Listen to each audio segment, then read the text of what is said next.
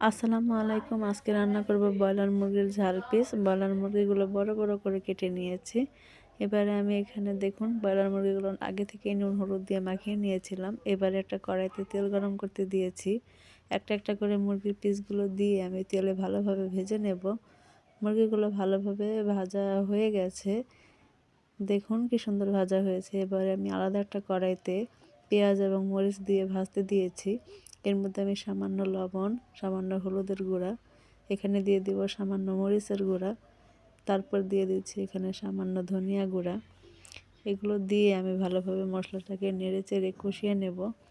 কিছুটা পানি দিয়ে মশলাটাকে আমি ভালোভাবে কষাবো যাতে করে তেলটা উপরে চলে আসে।